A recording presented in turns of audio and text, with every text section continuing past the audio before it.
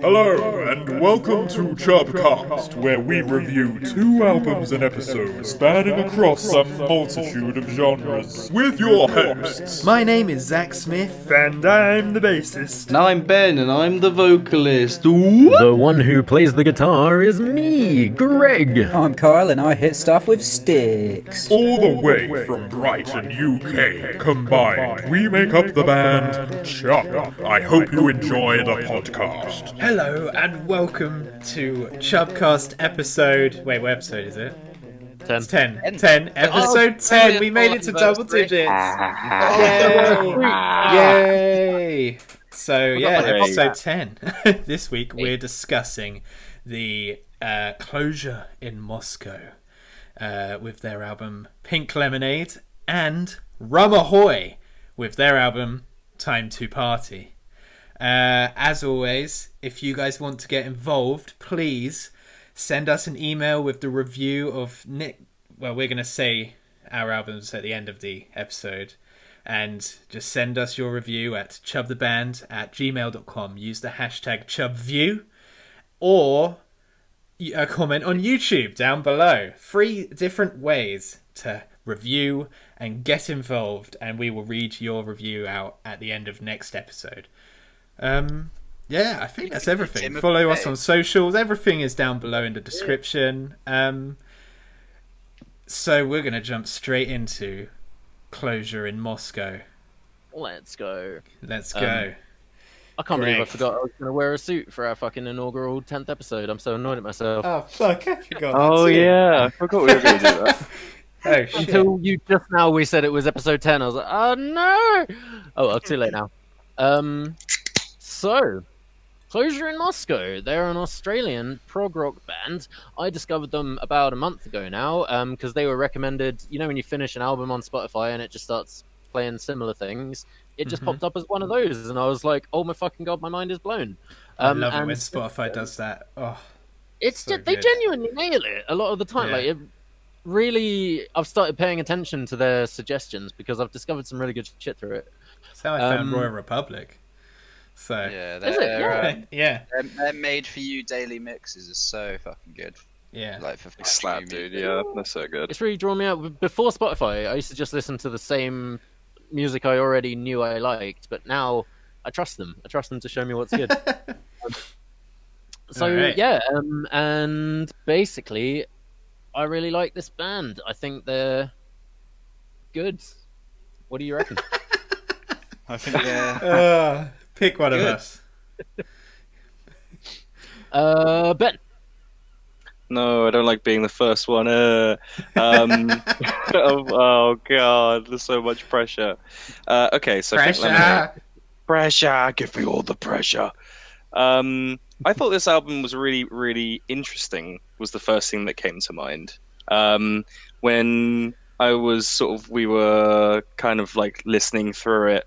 Kyle made a really, really good comparison to a band called the Mars Volta, and which is obviously a spin-off band of At the Drive-In. Is it? Which I've been, which I've been listening to like a lot recently as well. It's the same singer, and the same kind of vibes that I had from the Mars Volta. This really sort of like avant-garde-y kind of like almost mathy in some kind of way. Kind of like guitar riffs and singing style. It really resonated the same with this album. I really enjoyed it.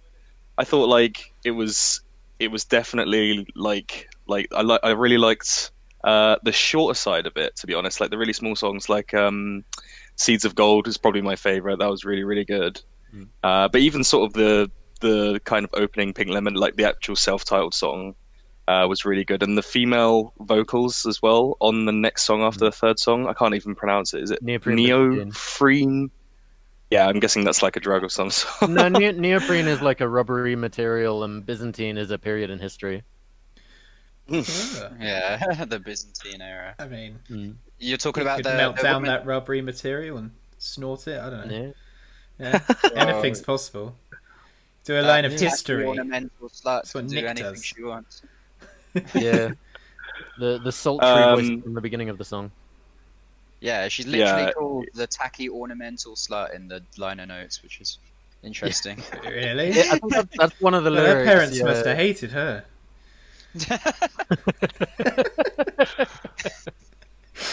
How do you even pronounce like the like another really like good thing as well is that like whilst I did prefer the shorter sides of the songs, the really long ones I didn't feel like were that long when I was listening to them, which is quite weird because normally like I find myself if something goes on a little bit too long, I kind of just check my phone like, oh, we're only halfway through this one, god damn it.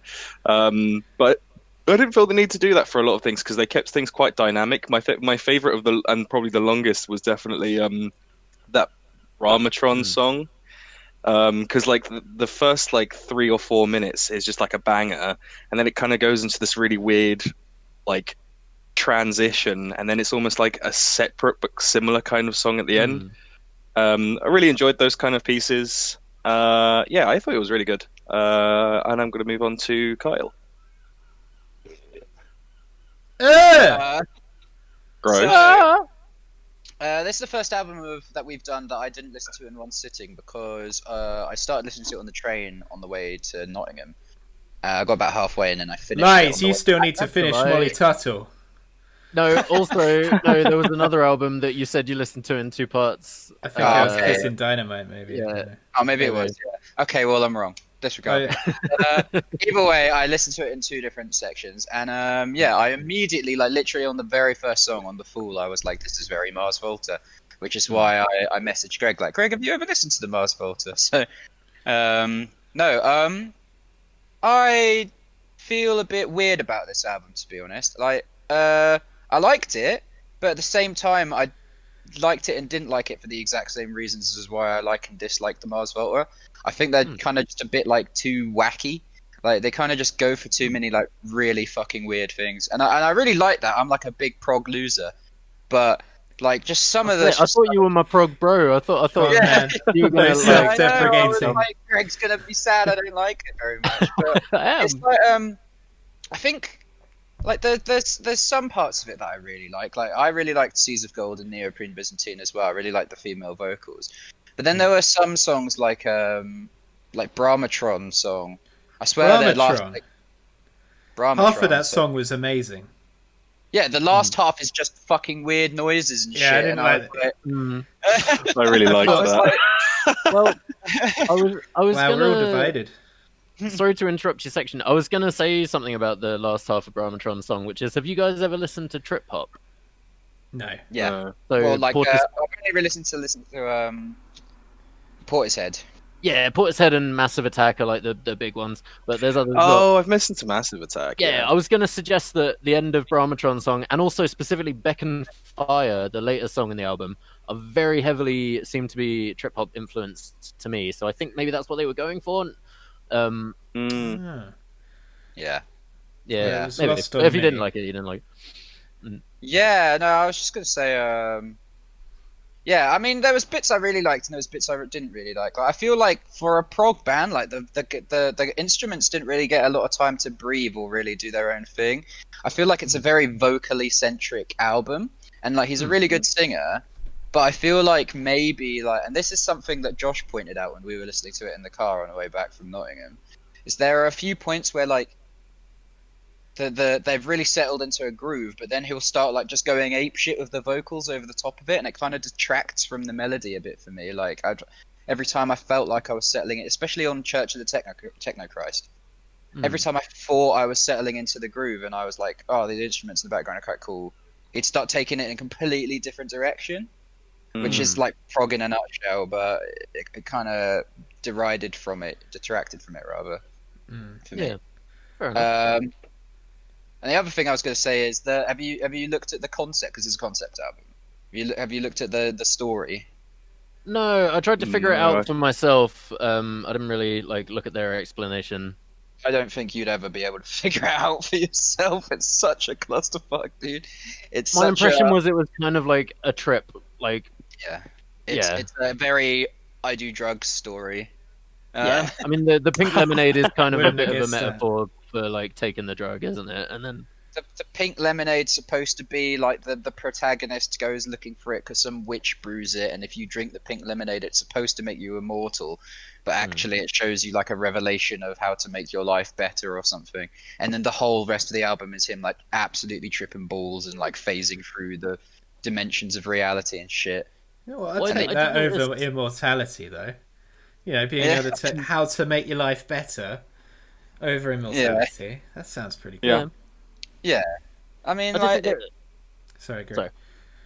There are interesting lines that he repeats throughout the album, which I thought were maybe part of the concept. Like, I noticed in several songs, you know, the female vocals at the beginning of Neoprene Byzantine, she's going on about basically it's like a young girl, 17, and the idea is that he's like, she's very attractive. That line, 17, hole in my brain, I think it is, or something like that. That line gets repeated in like several of the songs in different places. If you listen close, I thought maybe that was, and then that's maybe the character in, you know, in Happy Days, he's like, I chased the girl up the mountain and I saw her by the flagpole and she said to me, all of that. I think that's a character that runs throughout the album. Yeah, it is. So in Seeds of Gold, at the end of Neoprene Byzantine, when the tacky ornamental slut introduces him to what he really wants in life, and it's this woman, and then the whole of Seeds of Gold is him basically like, it's some woman who is like really desperate to be loved, and he basically like abuses that for the whole of Seeds of Gold, and then he gets bored at the end of it. But then throughout the rest of the album, he kind of slowly comes to realize that she was way better than he deserved, and he makes that realization in Happy Days. And kind of after like going through a bunch of bullshit like Church of the Technochrist, he is really lost, so he tries to upload his consciousness to a mainframe, but then he finds out all of the church are like cultists and they live in like this crazy Matrix world or something, so he breaks out of it. Yeah, it's fucking weird. Definitely sober when they wrote this. Oh yeah. It's a Christian prog band. Well, one thing I was going to say, to add to the Chub web, this is album number 3 with religious themes. I thought you were about to say Fecal Demons. Oh, I thought you were going to say Fecal Demons. I wish. Oh, my heart. Don't do that. I was like, where did I miss that? Obviously, you got Church of the Technochrist there, and also, I don't know if you guys, the Brahmatron, Brahman is a Hindu god, so in a way, that's kind of very similar to Technochrist, Brahmatron. Well, that's actually gonna. I've got what is the line that they say? Don't sing what a Brahmatron song or something. What's it's I wouldn't say it's a god's kind of music. Yeah, I wouldn't say it's a Brahmatron song. Oh, that's such a good half the song. It's really catchy that bit, isn't it? Yeah, I love it. I did got it right down. Like, what is a Brahmatron? But now I know. I think that is the answer. Yeah. I think it's a bit like Technochrist, but the Hindu version. Yeah, in the story, the Brahmatron is literally the point he realizes there is no god, and he ends up in like in between dimensions where the Brahmatron is like a huge network of like dimensional rifts that lead to every possible reality and every possible thing that could happen. It's fucking. I told you, like, you should read the concept because it's really weird. Where did you find this story? Because I didn't know it existed. I googled it, but there's an article where the singer just goes through a track by track and explains all the songs and what they're about and how they came up with them and stuff. Okay. Well, one thing I will say though, that song, the last song, Pinku Remenedo, it's a fucking jam, mate. It's the best song on the album. Fucking knees love that one. Best song on the album, Seeds of Gold. Such a weeb. It came on in the car and me and Josh were like, what the fuck is happening? Yeah, that's the most out of place song in the album. And then the way it ends as well, with just like some Japanese women talking. Like, I wish I knew what they were saying. Kyle probably does. I do know what it is. Tell us. It's watching those Japanese animes. It's but they're basically talking about how they just finished listening to the album and they thought the story was really stupid, and then they realize that they're on the album reviewing the album and they get really angry because they realize that that's meta. Even stupider. Too meta. I feel like that'd be hilarious if I was very stoned. Well, that's what they were for this whole Of course album. they were. Oh, mate. Well, Yeah. I want to say what I think. Yeah, Zach, your turn. Go, Greg, you'd be pleased to know. Greg, I did it. I listened to this album not once, not thrice. No, not twice, but thrice. go. I did. I wanted to go into it with like the most open mind. Like this is, I know this is prog, and I hate prog. I'm gonna go into it. First listen, I hated it. Correct. Second listen, I was like, and then I was like, did I hate it, or was I just being like, stubborn? So I gave it another listen. It's a grower. The third listen, I came away with some tracks that I really liked, like half of Brahmatron and Yeah. good gold, Seeds of Gold and stuff like that. And yeah, it's prog is very much a grower genre, isn't it? Like, Yeah. It's one of those Yeah. things where, because the songs are so complex, you really have to give them a few listens before you start noticing all these different things going on. yeah. But that's also like its downfall for me anyway, as a genre, not just this band. Like, there's like so many good parts of like the first track, for example, where I'm just like, this is sick. Oh my god, is this the chorus? That's a really catchy chorus. Can't wait to listen to that again. And it doesn't come back. It doesn't And I'm happen, like- yeah. and then they go into like in technocrats. Is Christ. that the word? Church of Technocrats. Technocrats. Sorry, I use my Yeah. fucking voice to speech to write my notes as I'm listening to it. Technocrats. Technocrats. Is it halfway through that song? Do they just randomly go like into like this weird fucking? I was. Well, I mean, they do. He does a gospel voice, but that's because it's a church-themed song. Maybe a different song. Is that what you mean? I mean, in halfway through Brahmatron, it starts just like reverberating and getting very spaced out. Sometimes I personally feel those weird psychedelic parts go on a bit too long. You haven't taken enough drugs, my friend. That's probably it, man. Especially with the last song. The first half of the last song is like fucking amazing. It reminded me of like Led Zeppelin. It was fucking sick. What, Happy and then Days? it went, Oh yeah. Brahmatron. Oh, yeah.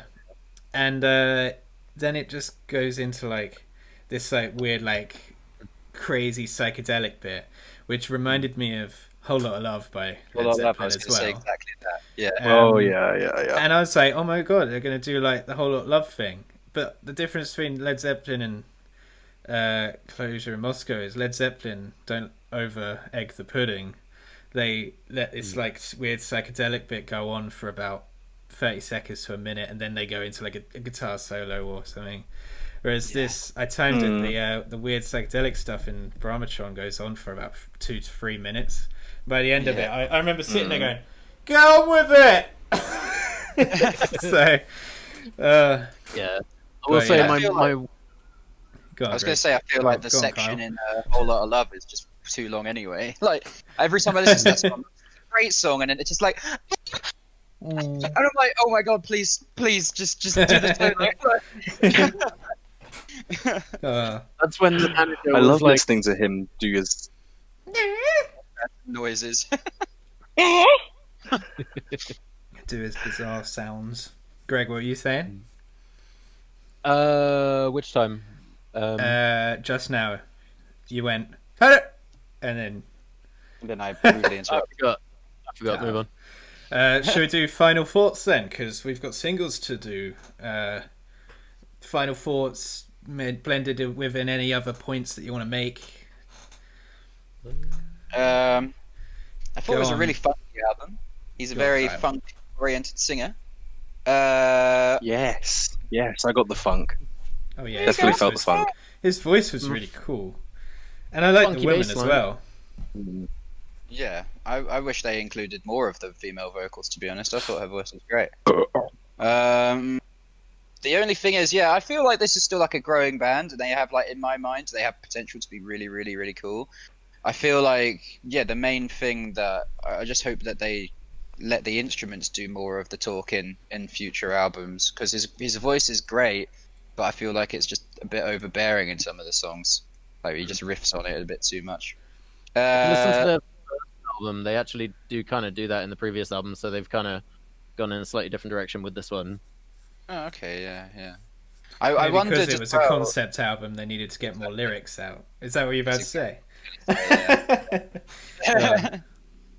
Yeah, they just needed to tell the story, so they kind of just had to cram it all in, sort of thing. Yeah. Neoprene Byzantine, Seeds of Gold, and Pinku Lemonade are on my favourites now. On Apple Music, that last song's actually in Japanese. Yeah, it is in Japanese, but that's just what it is. Oh, okay. Alright, I'll go. Fuck it. Let's go. I'm not a huge prog fan, but I walked away liking some of the songs. However, the only songs that I added to my bangers were the ones that are about 3 to 4 minutes long. And I would have added Bromatron if it went for the last bit, and probably still will. I don't know, man. I feel bad. I'm going to give it a 4. Kyle, you didn't rate it. I didn't rate it. It's like No. a 6 for me. 6. I'm going to give it a 4, just because it's like, there's some prog that I like Pink Floyd, and fucking Avantasia is a bit proggy, I don't know, but they're, 4. 4. Ben. I really enjoyed this album. I'm a big fan of anything that's fucking weird, and those moments that feel like they go on a little bit too long, even those I still really enjoy, because I come from listening to bands like Fuck Buttons, where it's literally just probably 20 minutes of Fuck pure noise, and I'm Buttons. just sitting Who the fuck are there. They're like an experimental. Well, I might not tell you because you can listen to that. You're all gonna hate it. But Don't worry, no, I man, really, I'm really still waiting for the day where you suggest some fucking dive or Shoegaze. whatever. Shoegaze, that's it. shoegaze. No, I don't want my babies being destroyed. I know you guys wouldn't like it. But I really enjoyed this album. I thought it was really, really good. It was reminiscent of a lot of stuff I listened to, plus the bits that were like just either funky or rocky, or everything melded really well.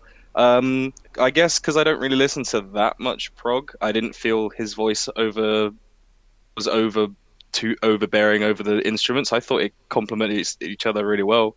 I thought they had a right amount of funk with the right amount of lyrical delivery, plus his voice was awesome as well. Really, really like the sort of range the guy had. Super. I feel like with it, when it comes to bands like this, whether it's prog or whether it's any kind of experimental rock in some way, the singer always has to have this kind of high voice, because it just always works really, really well. Because it just, if you have a lot of range, then you can basically do anything. Yeah. It's an interesting point. Actually. There really aren't many prog bands with lower ranged. With baritone lower singers, no, there's They're all probably none. I don't know if they're prog, but Avantasia has 2 singers, and one has a quite raspy voice, and the other's quite high pitch, and they complement each other really well. Okay. Yeah. But that's the only one I can think of. Yeah. Yeah, when you think of bands that really have really amazing I mean, maybe Pink Floyd, I guess, but he kind of has a bit of a mid-range, mid to high, I suppose. He doesn't really go really low. Anyway, I'm going off a The guy tangent. from Opeth's not high. Yeah, exactly. Yeah. I'd say they're That's kind true. of prog though, really. I mean, Yeah, from this, I'd it's- want to call them separate genres. Yeah, for sure. It's there's prog has branched out in this day and Yeah. age. Yeah. And with that burp in mind, I'm gonna give this a 7 out of 10. I really enjoyed it, and I added basically the whole first 6 songs. No, 7 actually. I literally put most of them in my bangers, and then I added Happy Days as well. And Nice. yeah, that was it. Yeah, I did do like want to Happy say real quick So that 7 out of 10. it was going to be a 2, and then the second listener was going to be a 3, and the fourth listener is a 4. So who knows? 4th, 3rd, I can't count. I'm the guy from Rumahoy. really need to take more drugs. I can't count That any is- higher than 3. Anyway, Greg, go on. See us out. I agree with everything Ben said, really. I think they're a super unique band. I think there's loads to appreciate in his vocal stylings, not just his like range, but the crazy things he does. Like, I don't know if you guys noticed, but in like Dinosaur Boss Battle, he's there doing all kinds of crazy like. I forgot about that song. stuff. That's sick. I fucking love that song. Yeah, the instrumentation I thought was really great. I don't think the singing did overshadow it. I thought they complemented each other quite well. I actually preferred this album quite a lot to the Mars Volta album that you referenced, Deloused in the Comatorium. I felt this was more organized. It was more like had more of a vision. It was less like, oh, look at us, we're so avant-garde and random. Yeah. Yeah, I definitely like that. Yeah, I thought it had loads of bangers on it. My favorite song is probably Neoprene Byzantine, Seeds of Gold. I really liked Church of the Technochrist. And How do you Happy say the Days. 7th song, by the way? Mauerbauer Traurigkeit. Mauerbauer Traurigkeit. Yeah. Mauerbauer Traurigkeit. Yeah. That's It means- that's just Yeah, you I guys looked this up. okay? It means like Wall of Sadness or something. Yeah, the inexplicable urge to push others away. Oh, I know that. All about that. I think we all. But yeah, honestly, for me, I think this album's fucking incredible, and it was pretty. I don't believe in tens, but I'm going to give this a 9.75 because I genuinely Whoa. think it's an Bruh. album. Bruh. Bruh. What was the 0.25 that Yeah, gave it come that on, didn't Greg. give it the 10? Well, Bromatron song and Pink Lemonade went on too long. They did get a bit wanky. And to be fair, Mauerbauer Traurigkeit and Beck and Fire, although they were good, they slowed the pace of the whole album on the whole a bit. And I also just don't believe in tens. So Hens?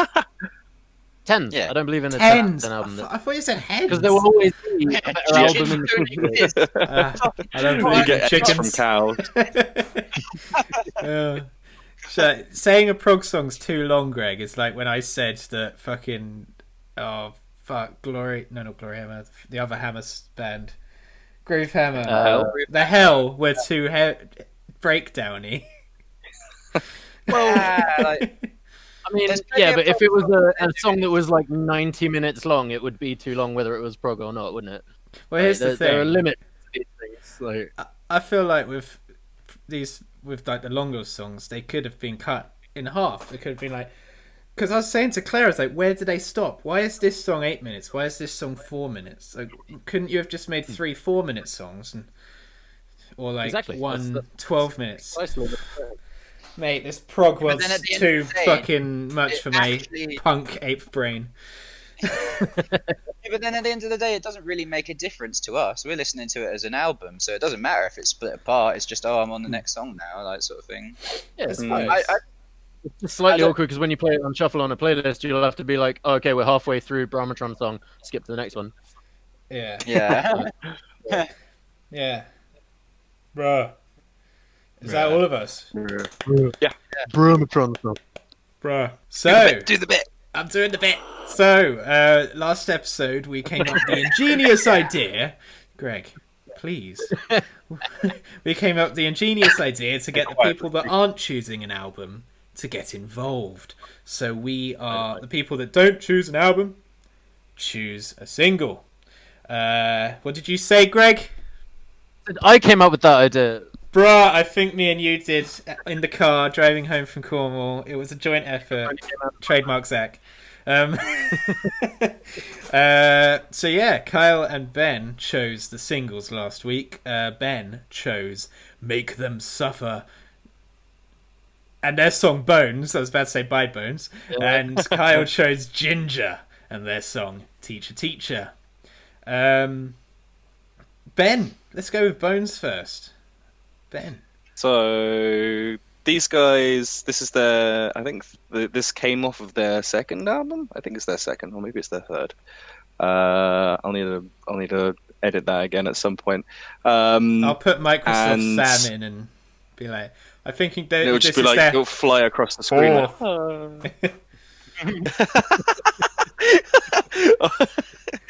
Just the Microsoft Sam, my entire bit. Like, I am a Stig's poo-poo head. Ha, ha, ha, ha, I am ha. chatting complete shit. And do you like my green hat? Anyway, sorry. So yeah, Bones is, I mean, it's like a metalcore-y slash hardcore-y kind of Australian metal song. It's really good. It's got a disgusting breakdown. It's got really, really funky, chunky riffs. It has a really nice mix of heavy vocals as well as melodic vocals with the male and female singer from both the bands. The female singer, by the way, as a side comment, is quite attractive. Fucking thirsty boy Ben over. Wait, what band is she from? Make them suffer. Make them Way suffer. to denigrate her achievements, bro. Oh, who's the bloke from then? Also make them suffer. Make them suffer. They're both in the band, Right. but the female vocalist So she who's does the girl she plays from? keyboard. Hey, the man might be attractive too, dude. Come on. The Yeah, guy man. is attractive. They're all attractive. Like I don't know. it's whatever. I just wanted to. She's a little bit more than the others. Anyway, what did you guys think of the song? Go on. Which one? Who of us? Who of us will Zach. be? Me? I thought Ah, this song was heavy, and it ended. No, I'm joking. So, the first riff that came in was so groovy. Like, it was fucking sick. In all honesty, I don't remember how it goes right now, but I just got the notes groovy, and I remember going, ooh, go on. Yeah. It was sick.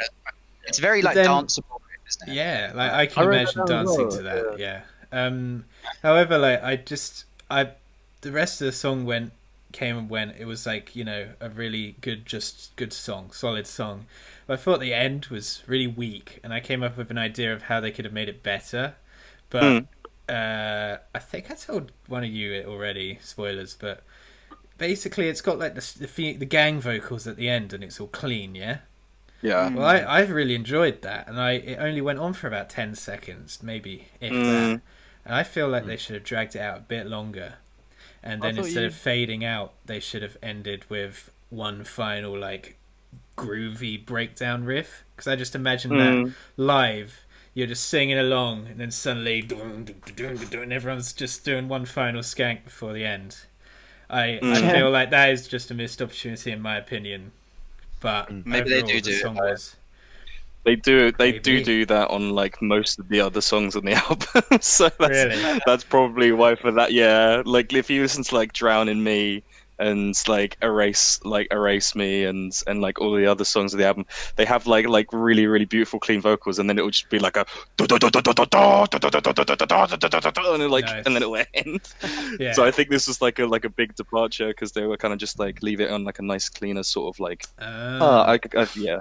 It's the single after Maybe all. if you got us to listen to the whole album, I wouldn't have that opinion. Who knows? But either way, it's Probably on do the it bangers. I like liked that. it. Kyle. My first note is the song starts with "I Can't Breathe," which I was like, is this very good timing or deliberately topical? I was like, is this a reference or is it just coincidence? Did you find out? Coincidence? Hashtag I think BLM. not. No, I didn't find out. I think this came out at the start of the year, so I guess it's just a. Yeah, it's pure Very coincidence. Yeah, I really liked It's it. a lot. I really liked the first riff, that one that we already talked about, and then like when it proper kicks in, it's like the same riff but like way heavier for like the first verse. I can't remember if I showed you guys that band Vane, but it gave me very big Vane vibes for a while. And yeah, I really like the metalcore, singy, soaring vocals of the chorus. And music video, they have a weird bunny with a suit on, which I think is a reference to something because I recognize it from somewhere else, but I can't remember what. Is it Donnie Darko What's or the something? lady in the music video? She's the keyboard player. Oh. I also have in my notes the keyboard player's pretty. So you know, Yes, it wasn't just me. Yes. first single boys over here. I was just listening to her keyboard playing and singing. I was like, you should fit. I mean, that's fine. But I was like, I didn't even see the girl in the music video. I don't know where my brain was at, but Listening to the music like a chump. Ah, well, I did have my subwoofer in and my soundbar, and I was just like, and all the neighbours were out in the building, so I had that subwoofer up all the way. It was amazing. Nice. Kyle, do you have anything else to It's a good say? Sorry, I cut you off. Not really, no. Yeah, I liked it. It's a good metalcore song. Not very Cool. generic. The guitars are really chunky boys over here, and I really like the Like ending. me. I feel like, but you don't like fade outs, Zach. You don't like fade outs. Maybe that's why you were like, oh, it needs Bro, there's a break. fucking song, It's All for Rock and Roll by Airborne, and they fade out, and I'm like, no, it should have been a crescendo. It was about Lemmy's life. It was a tribute. It should have been a crescendo, like Lemmy's fucking life. He's still here though. He's still alive. He's fading out. Yeah. It's realistic. Greg, what did you think? For the most part, things that have already been said. I thought the singer had a great screaming voice, the male singer, and also I really appreciated the clean vocals, because largely one of the reasons why I don't enjoy sort of hardcore stuff as much as I might is that I like a nice mix of screaming and clean, and I think they achieved that here. And like Carl said, it was an unusual riff and rhythm from the guitars for this kind of genre. Like, it was really funky, and for me, the riff felt very like groove hammery, but with a I'm gonna say more interesting singer, like singing range. Well, you're saying you And I like think they work pretty well together. for the whole song. Yeah. Hell, they just released a teaser today, actually, for a new album. Oh, really? Oh, I did not know that. But yeah, I really enjoyed it. Cool. Yeah, buddy. Scores for the singles? You can now breathe, Ben. You can now breathe. You see me going purple, I think. Nice. Right, the other thing, Kyle recommended We're doing scores? Teacher by... Nah, no scores fuck for scores. singles, fuck it. Teacher by Ginger. The general. Go on. Yeah, I fucking love Ginger. I got really into them over the last year. I went and saw them on my Larry in London, and they were great. Every member of the band's fucking mental. I wasn't sure which song to recommend because I've already said on the last CHUB Cast, but basically they're one of those bands where they've got quite a lot of filler songs in their albums, but they've got a lot of really, really fucking good songs. This is one of my favorites because of it's got a lot of switch ups. It really demonstrates the diversity of Tatiana's voice. And Is she fit though? Oh, she's fucking so fit, mate. And Wait, I didn't see a the girl in the ending- music video. What? She's the one that went. Oh, I thought that was a bloke. Oh, different band. Fuck. Anyway. Anyway, what do you think, boys? Go on, Greg. I really liked it. I'm already a fan of Ginger because you showed me that. I believe this is probably the first song I heard by them. This or Pisces. We missed them at download, right? Didn't we? Or am I imagining that? The tent was so fucking full, you couldn't even get in. Yeah, largely. I mean, they've got really nice. Their guitar really reminded me of kind of Periphery kind of stuff, like a bit genty, but quite Yeah, quite for complicated. sure. For it not necessarily to just be called gent, like maybe it's like prog gent or some shit. But I thought she had a fantastic vocal range. The guitars were really interesting and heavy. It was a bit proggy in the amount of different riffs that came throughout the song, but I really enjoyed it. And I also wrote down that it had quite memorable lyrics. Like I actually thought the lyrics were really cool. The main chorus bit where she's like, "Don't let your teacher make a fool out of you because the teachers might be fools too," is really nice. It's kind of grade A bullshit related. Yeah. Fuck's cool. That's one of our songs. A star BC to the FU. Oh, so good. Spoilers for our listeners out there. Copyright Chub 2020. Right. So, okay, next. Fuck it. I just wrote, that was a bit of a ride, wasn't it? That was a bit of a fucking stupid thing to say. Give me more, Zach. This was 3 weeks ago. But I just remember really liking it. I've listened to it like twice now since actually. It's on my bangers. It's sick. I really liked the false ending. I thought the false ending was just like I thought it was ended. I thought it ended and then it didn't. It's a false ending and it was awesome. I wrote it took me a jar. Which is the meme for me and Cam, so no jokes in the chat please. Like I said, I listened to this song with the subwoofer all the way up, so I was just like, oh, it sounds so good. Oh. Yeah. The guitar really liked it. Dirty. Their bass is amazing as well. Like the melodic break where he's doing like tappy bass and stuff. I'm like, oh yeah, he's so pretty. He's so good. I think I'll go see them at a festival. I'm like, if they fucking play a gig and there's no other playing gigs Bloodstock, on. Oh yeah, they are. Well, I'll go see them at Bloodstock. Shit for Rizzle, which I'm is. debating going. Do you guys know that Bloodstock this year is 4 days instead of 3? Yeah. Really? 4 days of music. Ooh. Damn. That does sound good. Right. Oh, Ben. So, I went into this one thinking that I wouldn't enjoy it that much, because her vocal delivery at the beginning was kind of a bit rappy, and I had a preconception that it would kind of be like that kind of delivery the whole way through the song, and I was like, oh, I don't really like that. But then she started to change it up throughout most of the song. Obviously, there were like screamy bits, and like she was singing, and then I started to really, really like it after that. So I think it was just like a bit of a moment where I listened to it at first and I was like, oh, hang on, uh-oh. But then it slowly got better and better from there.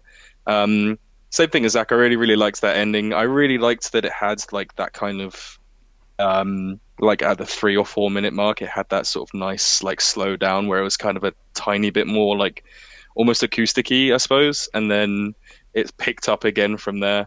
And yeah, that was awesome. Her vocal delivery was broad.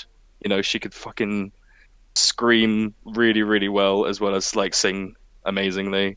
It was very chunky, very chunky. Like the riffs were always like da da da dang da da da dee da da dang, like, and I was just like chunking around, just like chunking around. I was just chunking around, like okay, all right. That's how I walk. Around. This wasn't like cream of tomato. This was pure like roast chicken soup where you just had full bits of potato in it. It was chunky as fuck. It was a big soup. This was a big boy soup. I really liked it. I really enjoyed the song, and I haven't actually given Ginger much of a listen after this, but I should do because I really liked the song. Well, I want to add like I personally find that if I don't discover the band myself, I find it hard to get into them until I see them live, and I'll see them live and I'm a fan. Merciful Fate, for example, is headlining Bloodstock next year, and Claire has been playing them non-stop, and I'm just a bit like, I don't know, sound a bit meh. But I know for a fact they'll put on a good show, and I'll walk away a fan when I see them live. Same with Ginger. I just won't like dive into Ginger. I just know it. I'll always say I will, but I just know I won't. And then I'll see them live, and I'll be like, fuck, I need to listen to these guys a bit more. Are you guys the same? What do you think? I don't think it really makes a difference for me whether somebody shows it to me or I discover it for myself. Like if they're good, they're good. I do find there are a lot of bands where I don't fully appreciate them until I've seen them live. That's what I was trying to get at, not necessarily the. Yeah. Yeah, no, that's definitely for sure. Like, I remember Enter Shikari. I was like, "What's all this fucking hype about?" And then I saw them live. I was like, "Oh my fucking god, they're so good!" Yeah. Yeah, I've done that with so many bands: Alter Bridge, Blackstone Cherry, fucking loads of bands where I just like bit more, like meh, and then I'll see them live, and I'm like, oh, I get it now. Yeah, for sure. All right. There are so many bands where you hear about them for years, and you're like, probably shit. Yeah. And then you listen to them, and they're really fucking good. And I've done that a number of times. Yeah, so many times. Also, sometimes there's like a little bit of a barrier. were you saying, Kyle? No, I was saying sometimes like I don't know. There's a few bands where I listen to them. I'm like, this is fucking shit. And then like over the years of people playing it, I'm like, okay, it's not that bad now. It's like Dillinger Escape Plan. I'm gonna recommend one of their albums for you guys soon, and you're gonna fucking hate it. And when I first listened to them, I was like, this is really difficult to listen to.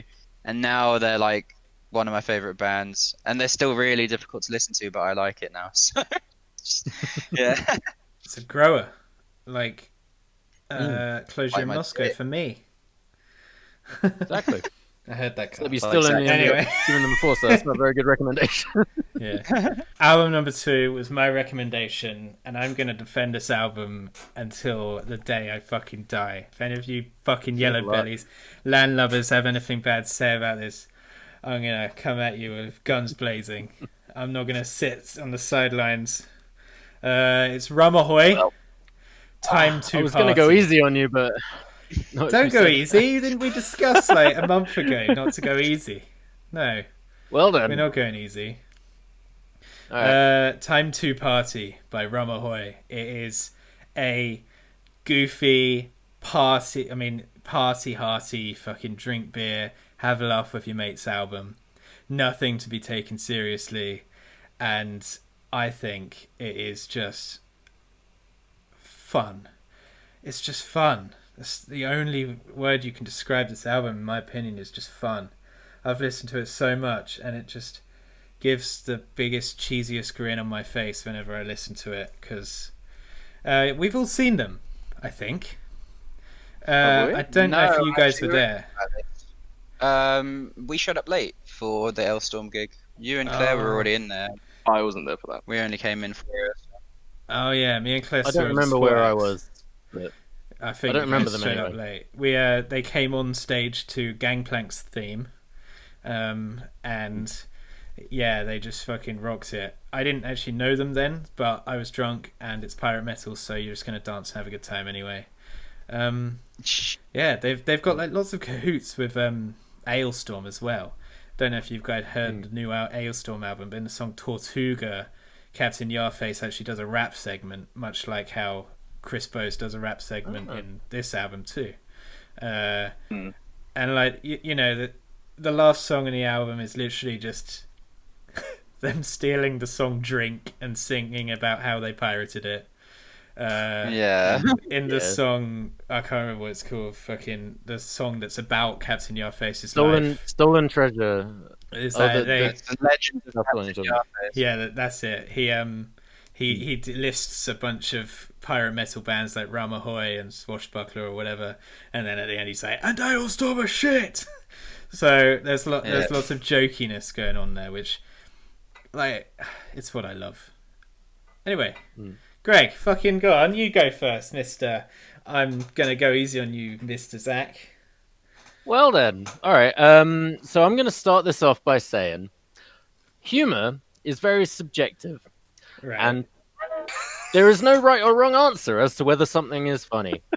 Yeah. But that being said, this fucking album cringed me out so goddamn Mate, hard. you're going into it too It's serious not business. You probably finished listening to fucking Closure in Moscow. You can't use silliness as a defense. It's not.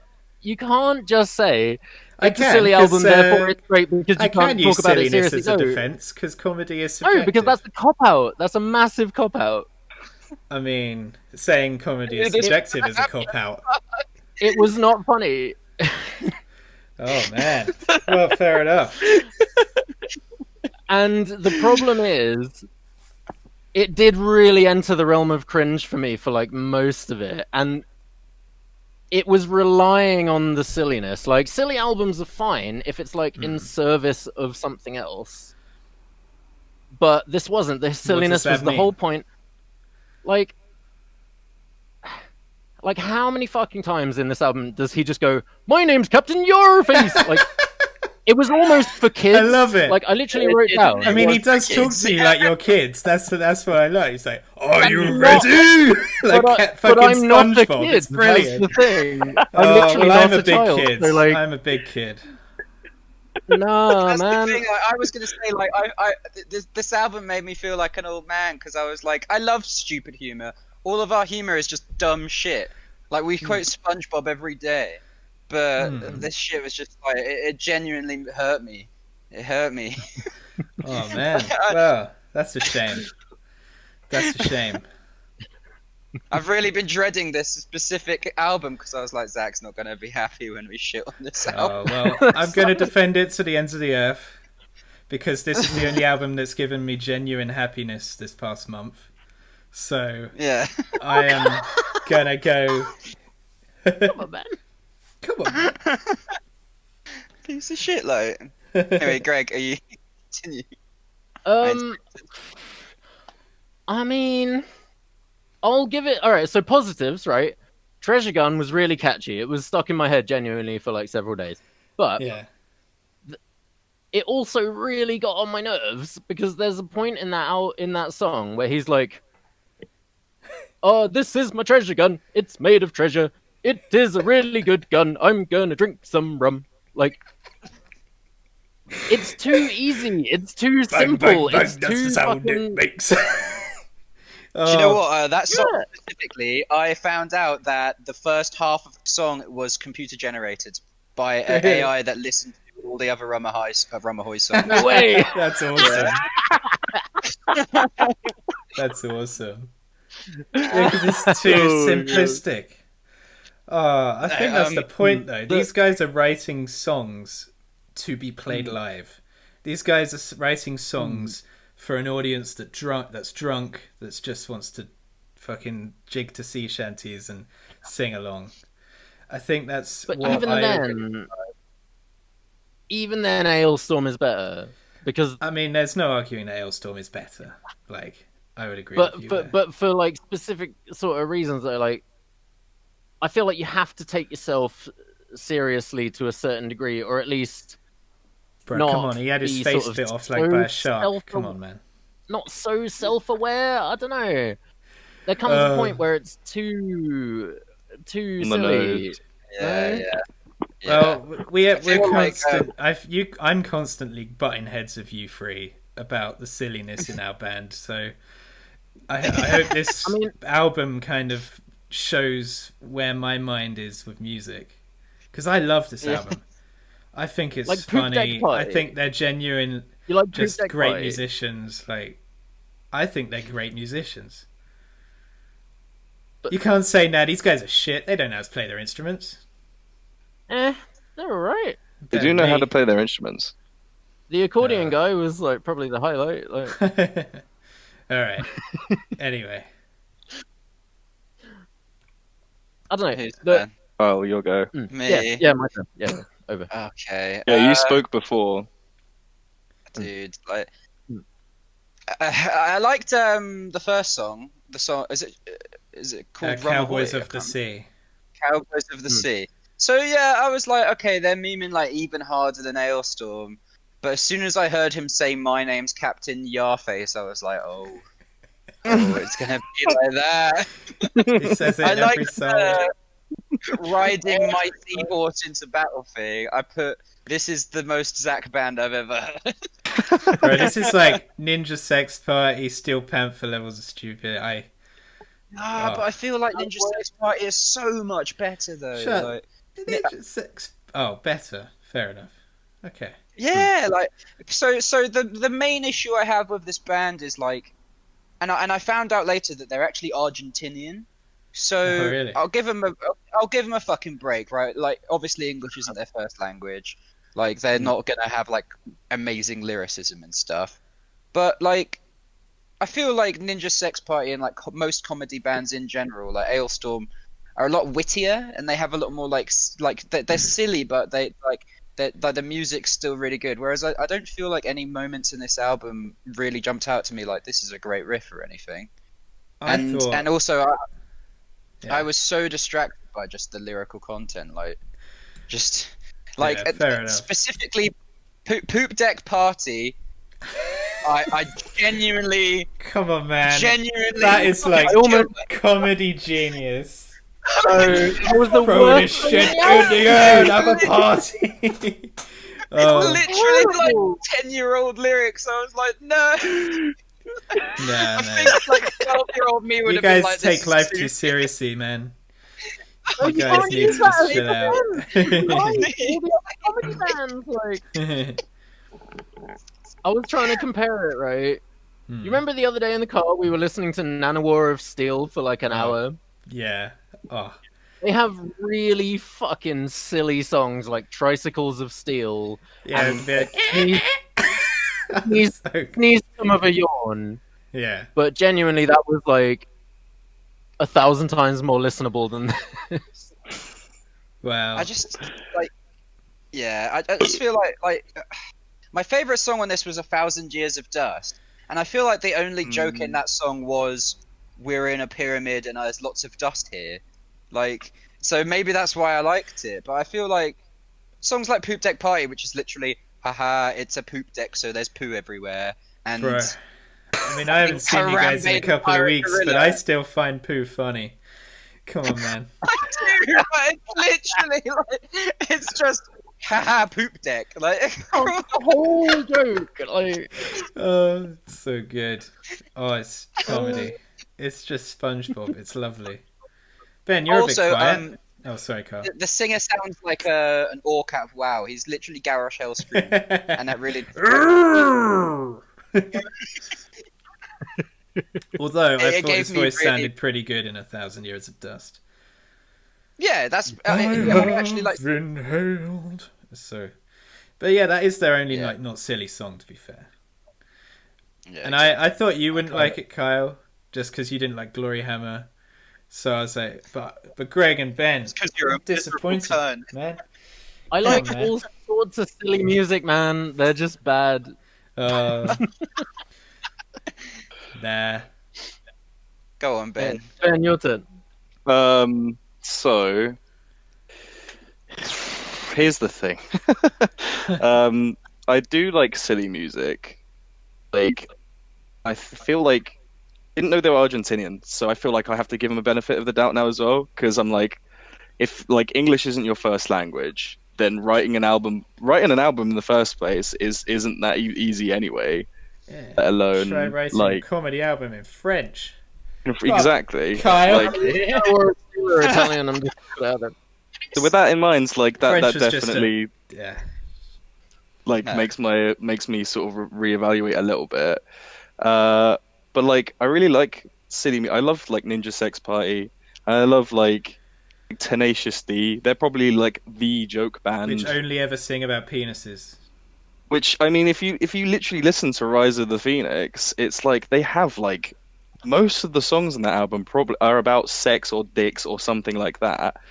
But I feel like the reason why, like Greg was saying, like it was so good, is because I mean, not only everything else on top, like it, they're catchy and the Jack Black's voice is fucking awesome and everything, but it was witty as well, and I felt like this could have done with like, yeah, obviously you can like still have stupid songs and stuff and like it'd be fine, but it could have done with at least a bit of wit somewhere. But most of the time it was like Captain Yarface, we drink rum, or on like literally most all of the songs. Man after and I was just like like like after the 5th time I heard him say I'm Captain Yarface, I was like, no, fucking no already. You said it on all the songs. But you know his name. Yeah. I'm like, that's so funny. I love it. I didn't like absolutely hate it, I don't think, because there were some songs that I really did enjoy. I think just because of the meme, like, I don't know when, so this came out last year. Didn't know if Harambe was a dead meme. Harambe a dead meme this year or That's last why year? I find it so funny, because it's just dead. Because yeah, when I saw that, I was just like, that meme. So good. But I really enjoyed like the Harambe Pirate Gorilla and the 1,000 Years of Dust as well, because I felt like there are slight departures of like the whole we're pirates kind of thing, and it was a bit of like a separation from that, and I really enjoyed that because like for the most part I like couldn't really. I liked the beer from my town is better than yours because I could actually relate to that. Obviously, having craft in Brighton, I mean, best pub. the best pub in any Sussex, west or east. right. So Okay, so with that in mind, like I related to that song, but for the most part, like it was just like I feel like silliness is okay, but it just went over the line for me where I was just like listening to it and I was just like, uh, I couldn't enjoy it that much. Well, fair enough. You guys have spoken. You're all wrong, but you spoke. Uh, You said you were going to defend it. Come on, man. I just did. You're all wrong. Come on, man.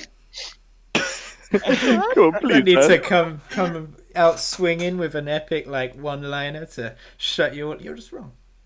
Oh, you're going easy on us.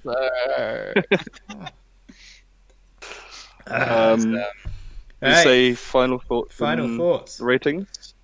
Go on. I want to hear the ones all around. Come on, bring it in. Pick someone. Let's yes, make so this my- not count my- to 4 because we can't count to 4. Anyway, So I put I went into it expecting it to be silly, obviously, but it was like sillier than I could handle. Like, well, to be fair, in the last episode, I did say go into it expecting Opeth, so maybe that's where I went wrong. It's all your fault. expecting true musical mastery. I'm well, it's dumb. Yeah, no, I mean, obviously, like, I'm not shitting on anybody who does enjoy this, right? I mean, I fucking love dumb humor, but just for some reason, like, I can't even really pinpoint exactly why. I was thinking to myself, like, I fucking love stupid shit, but just didn't gel with me. I think it was just it's just a bit too dumb. Like, it made me feel like an old man. I was like, man, I love silly things, but this is too silly. And like, I don't know. Apparently, they are really, really good live. Like, that's what a lot of the comments said, and they've got quite a strong, dedicated fan base. But yeah, it just wasn't for me, to be honest. Like, nothing really stuck out to me instrumentally, and the lyrics annoyed me. So for me, it's like, it's not a 1, it's a 2, but it's not good.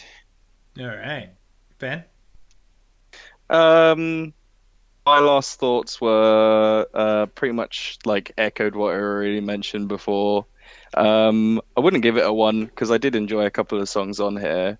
But for the most part, like, I feel like the reason why as well, like, I didn't enjoy it as much as I did, and like I get it, like he's a pirate, and it's his voice, but I really just couldn't gel with the way he like delivered most of the lyrics. Like it was just too like I don't know, like it was just something about his voice. That I was just like, I feel like Deep guttural voice. it's I think it's just because it was very pantomimey where it's just like he wasn't really singing, he was just like, this is a song, I'm singing like this, I have a voice. and like I couldn't Very, I was just SpongeBob, like, are you ready, kids? yeah Aye, Captain.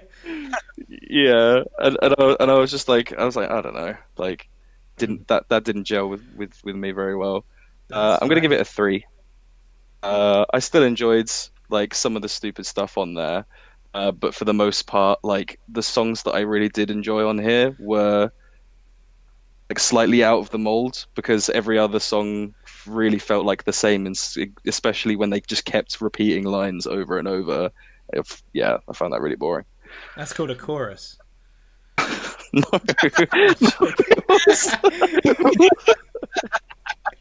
Every single chorus is I'm Captain Yarface, I like rum. Yeah, well, that's a deep chorus. You wouldn't get it. Anyway, Greg. Too complex. Yeah. Well, I pretty much agree with the boys. I'm going to say the instrumentation, the music was fine. Like I said, Treasure Gun was really catchy. I like Treasure Gun, except for the lyrics and the vocal performance, which was basically how I felt about the whole album. That was the problem, was the main guy and everything he did. And That was the problem. Everything. The rest of the instruments were fine. I don't know. I feel like maybe the album. Really I appreciated the last track, Stolen Treasure. That was actually hilarious. it was a one shot joke, but it was really funny. Sorry, Ben. All I was gonna say is, I wonder how much like this album would have grown on me more if it just had a different vocalist. Like if it had like similar to like Ailstorm or something. Like like I don't know. We'll never know because obviously I don't think they're gonna change the vocalist anytime soon. But Nah, yeah, I they'll think that get was the rid of big thing Captain for me. Yarface. They'll be like, nah, no one will realise he's gone. No one knows his name. Wearing a mask, They'll isn't it? introduce. Yeah. Well, they all wear masks. Just But... bite off some other guy's face. Yeah. But yeah, overall, I'm gonna say favorite song, I guess, Treasure Gun, even though it kind of annoyed me on one level, but it was very catchy on another level. And I was gonna give it a 2, but then I found out they're Argentinian. But I also know that Nana War of Steel are Italian, and they're much funnier. So I'm gonna give it a 2.01. Nice. Yes, it's safe than the 0.1. So it's Well, technically 0.01. it's technically more than a 2. But yeah. Now it can be rounded up. Oh man, fuck me. Well, no. Not gonna lie, I wasn't expecting this. I wasn't expecting this. I legitimately thought you guys would like this, but that's fine. You know, that's what the podcast is all about. I, for one, I was listening to Ailstorm's new album today, and I also actually listened to Rumahoy's album while I was exercising, and I love pirate metal. I actually think Ailstorm has surpassed Airborne as my favourite band. Honestly, I think pirate metal is just so much fun, and that's all I'm looking for in music, is just to have a good time. Because there's too much shit in the world. You get like depressing shit elsewhere. Like I want my music to be fun and stupid and to get my mind off of the negative stuff that's going on. Also with pirate metal, there's so many different instruments. Like in Thousand Years of Dust, there's a little acoustic guitar bit. In like one song there's a flute, in another song there's a glockenspiel, I think they had in the background. And they've just obviously the accordion. And there's just so much variety, and in my opinion, by the time the album starts getting a bit stale, they throw Poop Deck Party in there, which is a complete dance track, and then they go back into the pirate stuff. So you're just like, damn, this is like going quite like, it's not a stale album in my opinion, which is quite a which is one of the reasons why I chose it, actually, because one of the problems with CHUB Cast is albums being quite stale. So it's fine. You guys didn't like it. I don't care. But I've been in a bad place this month. You guys all know. And genuinely, I mean this wholeheartedly. Whenever I put this album on, it made me smile, and it's the only thing that's made me happy this whole month is just listening to this album. So I'm giving it a 9 out of 10. I think it's fucking amazing, and it does the job for me of just making me happy. Nice. Don't listen to our. I hope you listen to it. You don't get grumpy old man Kyle voice in your head. No, I love The humor is subjective, and it absolutely is. Yeah, Yeah. it is. Exactly. Yeah. All right, Kyle, roll that dice. And Kyle, while Kyle's rolling the dice, I'm going to say this is what we're listening to next week. Kyle's going to roll a dice to see who is going to choose an album next week and who is going to choose a single. Kyle. Ooh. Roll Wow. D4. The first roll was a 3. My armpits stink. Greg. That's Greg. Ooh. And then the second roll is a 1, which is Ben. Greg and Ben. That's me. All It's right. Greg and Ben are out. Greg. Me and Zach are singling. Yep. Let's go. Go on, Greg. What album we listen to next All week? right. Well, you guys already know because I already told you. But so I don't know if you did. You say already we're starting a new format where we're doing our favorite albums for the next 2 weeks, and then Shit, I didn't potentially say other. that. That's like Well, one thing I was meant to say. So we're going to try out different formats on the show, different ideas of what album, like criteria for the albums that we choose, rather than just being whatever we feel like. So we're starting it off with some of our all-time favorites, and then so that will go for 2 weeks, so everybody gets a chance, and then after that we'll do something different, and then we might come back to favorites at a later date or whatever. So for right now, one of my favorite albums of all time, which the guys already know because I already told them, but you don't, is Scurrilous by Protest the Hero. One of the best albums ever made. Wait, Scarl. One of my favorites as well. Scurrilous. Scurrilous. Scurrilous. Scurrilous. If there's a poo joke in here, it's a 1 out of 10. There's not. Oh, thank God. There might be, actually. Fecal demons. Ben. Fecal demon, schmeekle demon. That's the okay. Name of the band I want you to listen to. By the way, this is the band. Fecal demon, shriekle demon. Okay, so I've been really struggling to think. Thing is, I was actually gonna pick based on what the other person picked, and because Protest the Hero are like a lot more metally, I'm actually gonna go completely. But they are metal though, right? Yeah, they're like prog metal. Yeah. Metal. Okay, cool. Mathematical. With that in mind, I'm gonna go the completely opposite direction. Well, and I was previously going to choose Iowa by Slipknot, which is one of my favorite albums of all time. But I'm not going to let you enjoy next week. It's going to be horrible for everyone. So I'm pinking. I'm picking Channel Orange by Frank Ocean. Frank Ocean's first album. That's my favorite. Frank Ocean I've always been meaning to listen to Frank Ocean, but I've never got around to it. I've never heard it. He is probably one of the biggest like R&B sort of musicians in the game. Oh, that'd be why I never heard of him. He is probably one of the best out there. Like, he's honestly incredible, and I love his voice and everything. And I was thinking Blonde, but I don't like as many songs on Blonde as I do on Channel Orange, so that's the one. Nice. All right. Kyle, do you have a single? I do, yeah. So we're not doing favourites for singles, are we? We're just still sticking to the random singles, whatever. It's fine. So my single is I've been listening to this specific song a lot. It's another one of those bands where you can't really listen to the whole album because it gets a bit samey. It's the song "Goat" by the band Polyphia. Oh, let's go! They're an instrumental band, and they are all absolutely fucking nuts at their instruments, and they all look like a boy band, which just makes it another layer of funniness. Yeah, it's a really good song. Subjective though, isn't it? I was thinking about doing the whole album on the podcast. What, New Levels, New Devils? I did. Yeah, you can still do it if you want. I might do the other album, but yeah, it's a great song anyway. Be primed for it. I was thinking of doing a Glory Hammer song, so yeah, that's fine. Well, what is your song, Zach? My song. If you guys know what this song is, don't show me that you know. Don't. All three of you might know because Claire and I have been listening to a TV show.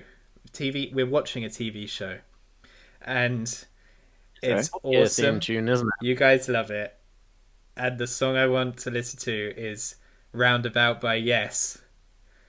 Okay. I don't think I know that. If you will, Ben. No spoilers. I just want. Dude. Oh, okay. I'm gonna have to listen to it literally as soon as we finish this podcast because I. Is that? I'm sorry, Carl, is that the one from? No.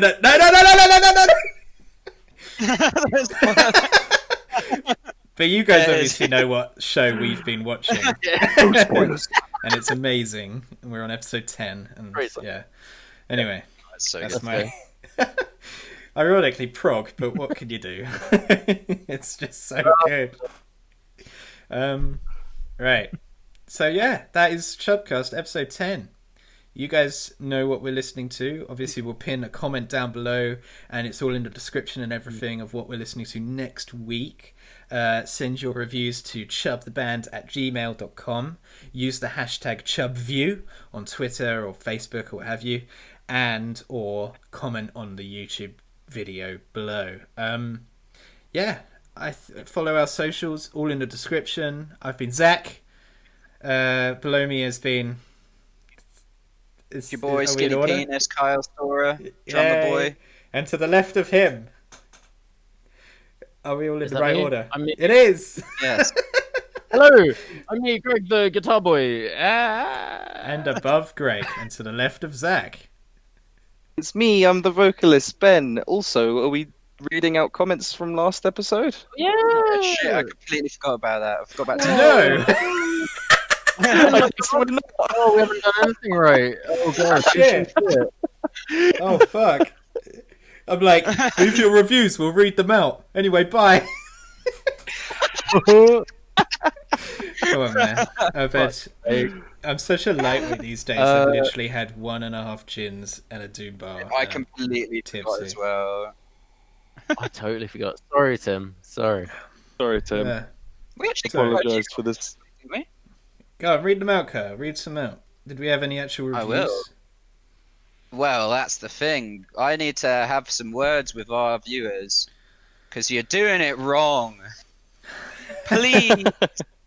Like, okay, look, I'm very thankful that people are listening to the podcast, but we got a couple comments from people that we don't know, and they just said, hey, listen to this album. So, Andrew Branch, thank you for the suggestion of Manchester Orchestra, the albums Simple Math and Means Everything to Nothing. You saw me and Greg reply to them. Yeah, it was pretty cool. And then Thomas Ellis said to listen to Sam Fender's album. We don't take album suggestions here. We don't do that. You don't got. I mean, we could take write album suggestions. Or we can just recommend an album. It's no problem. Maybe we'll do like a fan suggestion special, like we're doing a favorite special at the moment. That's but a good idea. We have so I'm many not gonna- albums to work through. I'm not about to start regulating people's comments, so I appreciate any fan interaction that we get. You know. I'm only memeing, but yeah, the idea is we read out reviews.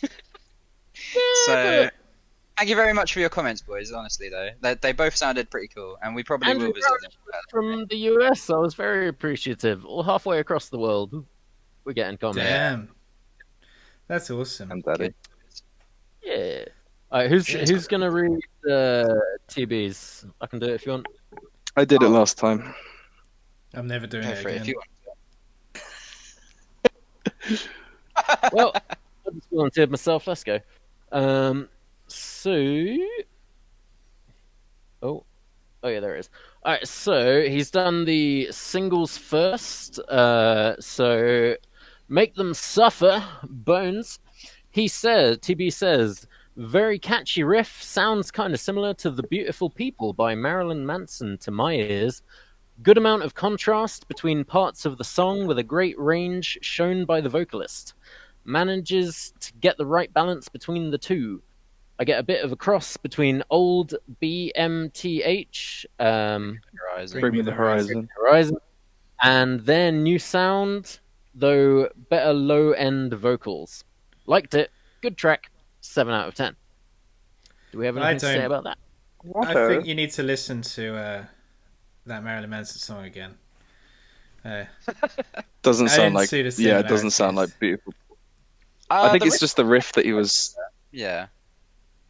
I mean, the riff is just like They're both kind of dun dun dun dun dun dun dun dun dun dun dun, and then in the Bones it's. Oh, actually, yeah. You know what? It does sound a little bit similar. Dude, Yeah, very similar. You know what? Maybe I need to I've listen never to Marilyn Manson. Horizon. I actually haven't listened to Marilyn Manson since I saw them at the Twins of Evil in like 2014 or something. So Yeah, it's been a minute. yeah. Oh. Bring Oh, Me cool. Horizon. I do not have anything to say about Bring Me Horizon though. I've never listened to them. So Same. So I can't comment on that one. Carl, you ever... Yeah, he's right. Yeah, so he's comparing like it sounds like a mixture of their old and the new, and obviously the singer I can't remember his name. Shit, Ollie with dick Sykes, face. Ollie- I mean Oleg Sykes. Yeah. good one, Ben. Ollie Sykes is a cunt. Next. Next one. All right. Hot take. What take? The hottest of takes. I'm sure he knows. He knows. Oh, he definitely knows. He's like So crying on Ginger, his money. Ginger, teacher. Tim says, if variety is the spice of life, then this song's pretty damn spicy. The vocal flow is I like very that. good, which allows for her to jump between styles without it seeming out of place. Oh, my fucking TV's It's about true. to turn off. It's true. I think, says Tim, it definitely manages to stay the right side of chaos. You don't quite know what's going to happen next, but it's not just a jumble of slightly off sections. It keeps you interested. I enjoyed it. 8 out of 10. Oh, cool. Nice. Well, Just somewhat surprising because Tim's not normally into the heavier stuff these days. well, once you're a metalhead, Yeah, always a no, metalhead, man. Like, I agree with what he says, though. They managed to switch up a bunch of different sort of rhythms and a bunch of different styles of metal within one song without it becoming a chaotic mess like it could have done, you know? oh yeah, it was very strategically planned out, and you can tell like these band members of Ginger know what they're doing, hands down.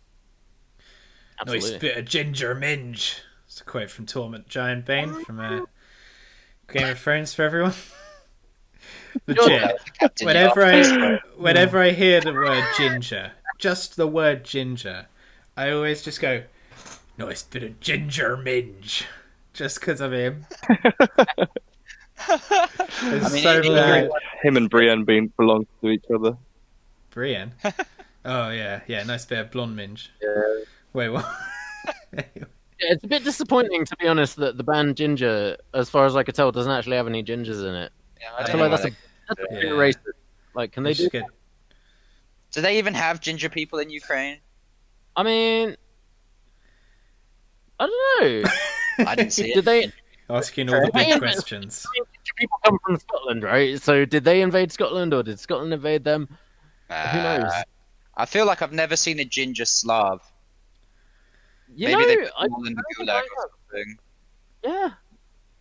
This is definitely an area of study that we could research. Someone needs Maybe to that's why they fund call this. ginger, because in Ukraine, gingers are like mythological Yeah. creatures. Maybe it's just a biscuit over there.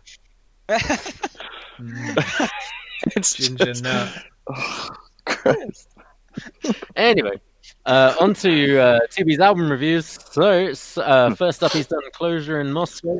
Pink Lemonade, he says, going to be potentially controversial from the off here. Sounded like the guy from Scissor Sisters, and I couldn't shake that for the entire album. Not that there's anything wrong with that. Wait. He's a good singer. Absolutely not. Have you guys Made the shaking experience- your heads before Greg even read it out? Have you guys read this comment? I was shaking my head when he said it sounded like Scissor Sisters. Oh, okay. Maybe I'm lagging. Yeah, I mean, Instantly, I'm just like, Anyway, Greg, you're sorry. prejudging his review. Yeah, I mean, to be fair, kind of. I don't guess, even maybe. remember what they You- sound like, to be honest. They're both high pitched. You could say that, like, yeah, sort of. I don't feel like a for neoprene. the singer He would from feel like that. Wasn't it? Maybe. That's the only Scissor with that Sisters. logic, then the Scissor Sisters sound exactly the same as Dio because they can both go high. Yeah. They Anyway, do. I guess the end. Fuck off. So he says, yeah, that just made the experience slightly strange. The album is a bit excessive in song lengths. Yeah, I think we all agree with that. And the middle 3 songs, 5, 6, and 7, got a bit boring. I don't know which ones he's referring to there. Neoprene Byzantine / Seeds of Gold are probably my favorite songs on the album. If they were playing as part of Summertime Festival, I think they'd be great to go and see. I often change opinions when you see the work as intended performed live. That's I what I 100% said. think that's the case with this one. Yeah, exactly. I can imagine with the singer's conviction and delivery, it'd be a good stage show. A bit of a dip in the middle. Rest of the songs were pretty good. 7 out of 10. Oh, yeah. Can you imagine just sitting there at like a festival, sun shining, you've got beer in your hand, and you're just listening to like Closure in Moscow? It'd be amazing, wouldn't it? Having a little boogie, feeling the I mean- groove. Yep. I'd be very high in that situation, so it would actually, yeah, it would be awesome. You'd whitey, so... Actually, no, you're a I fucking can imagine tank. just You wouldn't to whitey. be honest, It's even possible. like the to write current these I don't think Greg can Nah. whitey. I'm nearly 30 now, bro. That's a distant memory. Oh, yeah, Um, yeah. Yeah, but I think we mostly pretty much echoing what we said there, right? Some of a dip in momentum throughout the album, but for the most part, Some songs were a bit long, but mostly enjoyable. Yeah. Cool. I think we all agreed that Neoprene, Byzantine, and Seeds of Gold are the best songs on the album as well. Yeah, for sure. Yeah, I think he pretty much agrees with us there. Right. So next up, he said... Well, thank you for that comment, Greg. Thanks, Tim. Amazing. No need to go on. You've already read his next one, haven't you? No, I haven't. read it. I said to him, I said to him at Gilly, I was like, Tim, without saying anything, just a facial expression, what did you think of Rumahoy? And he kind of just went... It just to his normal face. That's Jed's face. Yeah, he might not have heard me, I don't know. Well, ignoring that, I'm going to continue. Rumahoy, No, Time go 2 for it. Party, he says, well, that was quite something, wasn't it? I had a pretty good idea what I'd be getting after spotting a track called Harambe. It's basically Meme Pirates, the band. Everyone knows I like a good meme. We do. We do. We do The line about riding a seahorse into battle with crew and Captain Yarface arguing was pretty funny. The whole premise of rescuing his crew from mummies as well. Laughing emoji. Obviously, a joke album that doesn't take itself too seriously. It sounds like pirate music. It's funny, and the lyrics tell a tale. Mission accomplished. Yes, Tim. For what it is, not trying to be too technical with it. 7 out of 10. This guy gets it. He knows. Also, I forgot to mention, like, in the first song there's a fart joke, so it should be 10 out of 10. Well... You're right, I changed my rating now. It's 10 out of 10. 2.000012. Oh, well. Isn't that less? It's less, yeah. All right. I think we can all appreciate a good fart joke, though. All right. Well, thank you for your input, Tim. Yeah. No need for you guys to comment. That's amazing. Tim, your opinion is correct. Thanks for commenting.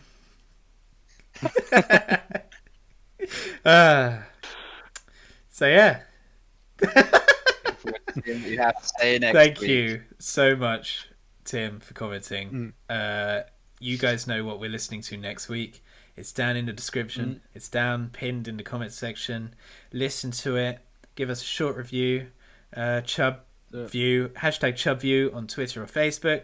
Comment section on YouTube, or email us at chubtheband@gmail.com. Like, subscribe, socials, all that good shit. And if this podcast gave you a chub, like and subscribe.